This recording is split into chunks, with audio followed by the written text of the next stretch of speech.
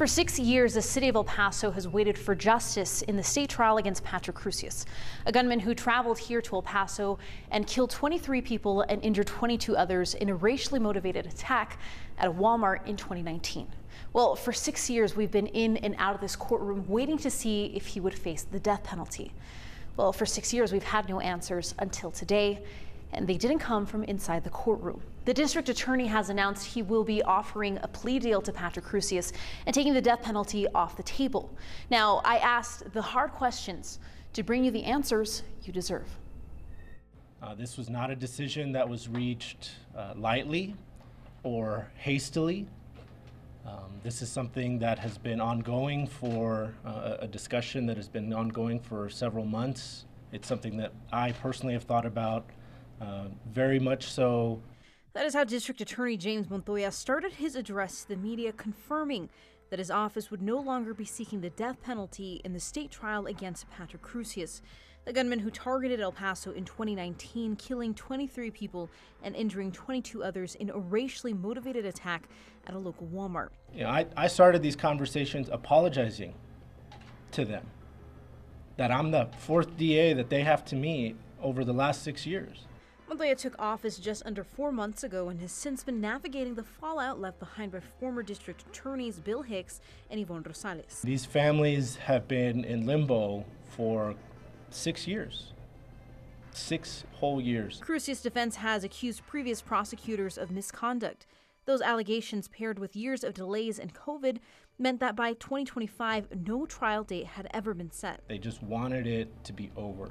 They didn't want to be getting calls from us anymore. After 6 long years in limbo, the families are closer to closure, but not everyone agrees with how it's coming. I do feel like we need to talk about this, and I want to give you the opportunity to address it, but you yourself admitted that you'd run your campaign leaning towards seeking the death penalty, and you know, this was an attack that killed 23 people, but it was a racially motivated attack that was against people that looked like most of our community.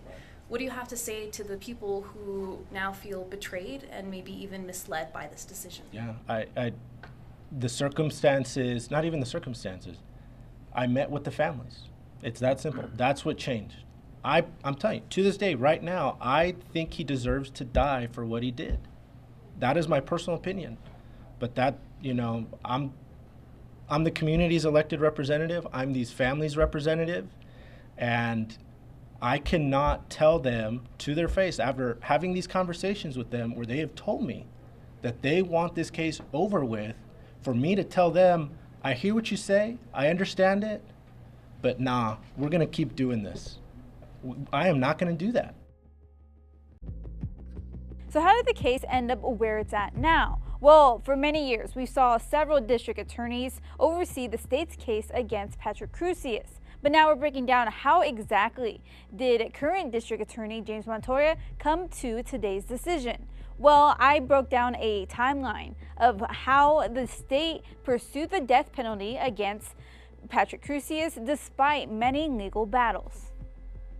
It's been more than 6 years since Patrick Crusius carried out the racially motivated mass shooting at an El Paso Walmart, killing 23 people on August 3rd, 2019. Just days after the attack, then District Attorney Jaime Esparza charged Crusius with capital murder and announced plans to seek the death penalty. In 2020, Esparza chose not to seek re-election, and El Paso voters elected Yvonne Rosales as the next district attorney.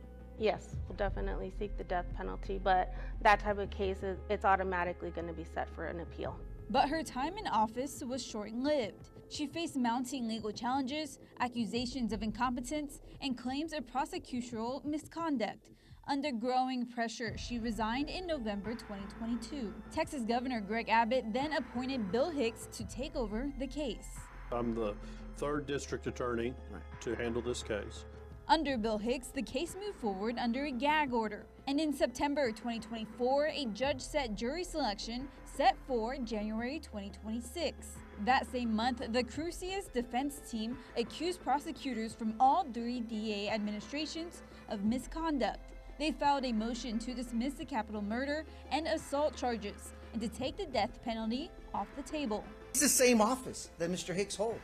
You can't just say, well, that was under Mr. Esparza's administration. This happened under the Rosales administration. Therefore, I get a mulligan. They don't get a mulligan in death penalty cases, Judge.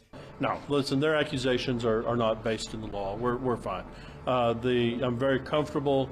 No ruling was ever made on the defense's misconduct allegations. Then in November 2024, James Montoya was elected as El Paso's next district attorney, becoming the 4th DA to oversee the case.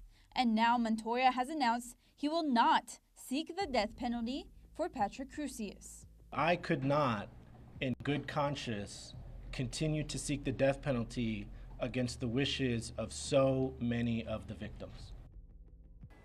So what happens next? Well, Patrick Crusius says that he will plead guilty to capital murder state charges and will spend the rest of his life in prison without parole.